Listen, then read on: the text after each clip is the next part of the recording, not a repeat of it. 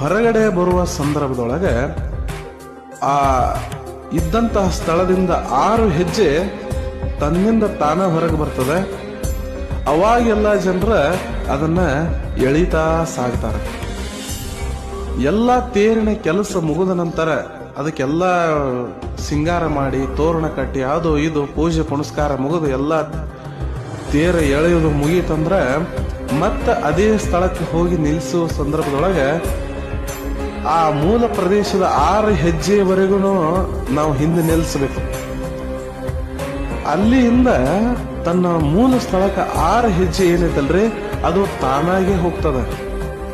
ಬರುವಾಗ 6 ಹೆಜ್ಜೆ ತಾನ ಬರ್ತೈತಿ, ಹೋಗುವಾಗನು 6 ಹೆಜ್ಜೆ ತಾನ ಹೋಗ್ತೈತಿ. ಈ ದೃಶ್ಯವನ್ನ ಪ್ರತಿ ವರ್ಷ ನಾವು ಈಗಲೂ ನೋಡಬಹುದು. ಮಾಘ ಮಾಸದ ಶುದ್ಧ ದ್ವಾದಶಿಯಿಂದ ಈ ವಿಶೇಷವಾದಂತ